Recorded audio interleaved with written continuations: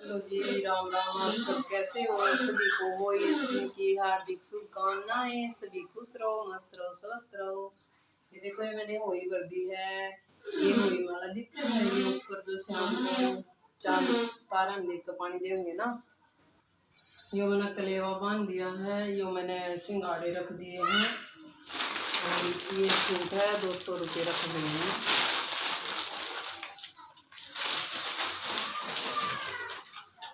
और अब हल्दी की है ना 7 टिक्की करूँगी और सतिया बनाऊंगी।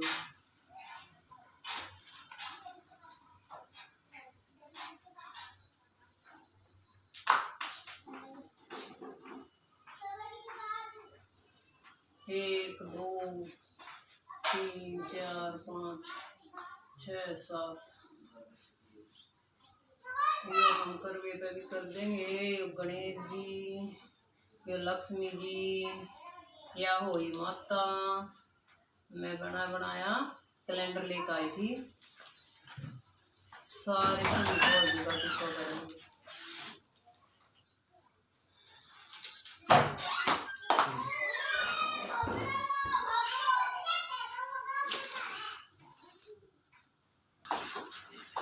एक दो तीन चार पाँच छः सात, ये 7 गेहूं के दाने में इसमें डाल देंगे।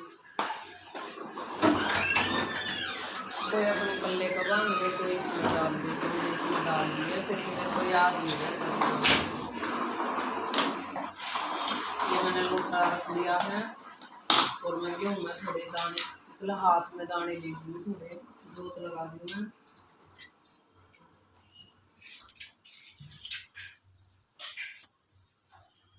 ये हुई माता।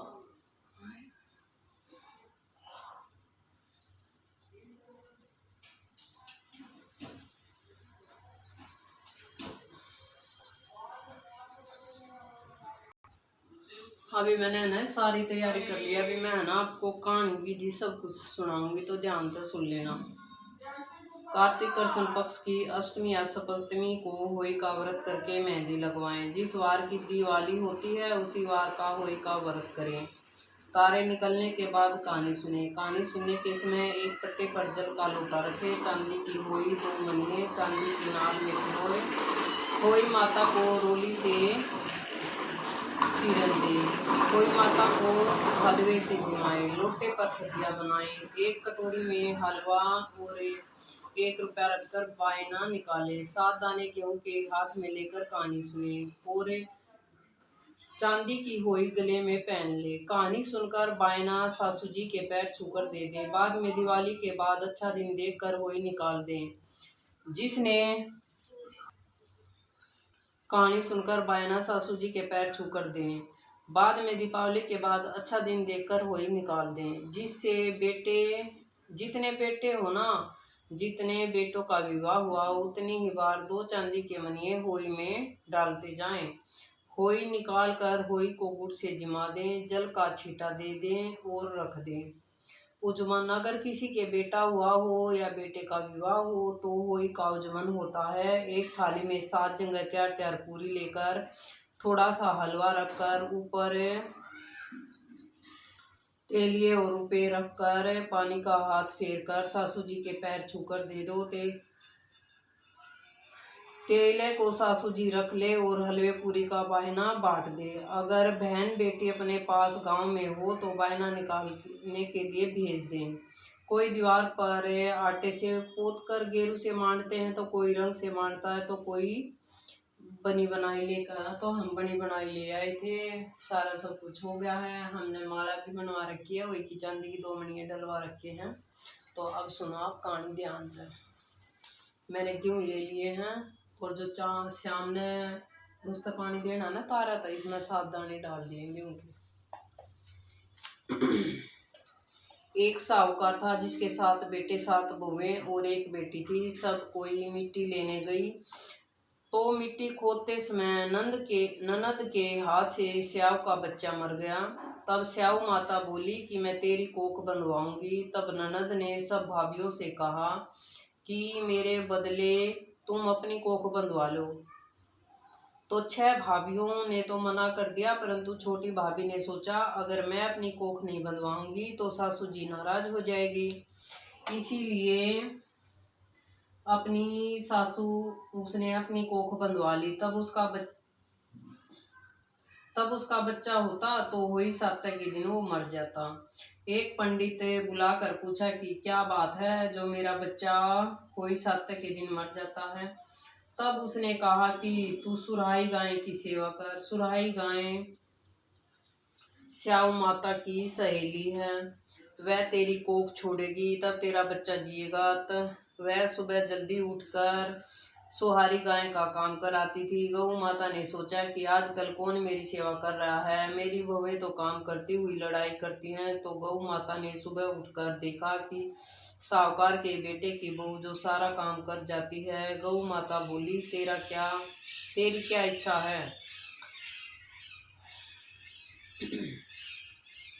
मेरी बहू तो काम करती हुई लड़ाई करती हैं। तो गौ माता ने सुबह उठकर देखा कि साहूकार के बेटे की बहू है जो सारा काम कर जाती है। गौ माता बोली कि तेरी क्या इच्छा है, जो तू मेरे से बोल, क्या मांगना चाहती है। तो साहूकार की बहू बोली मुझे वचन दो।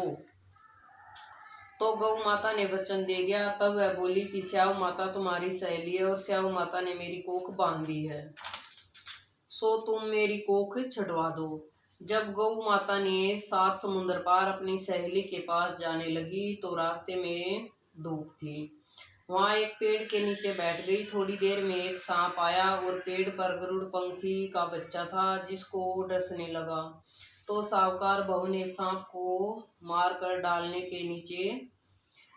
के नीचे दबा दिया और बच्चे को बचा लिया। गरुड़ पंखनी और आई और साहूकार के बेटे की बहू को चोंच मारने लगी।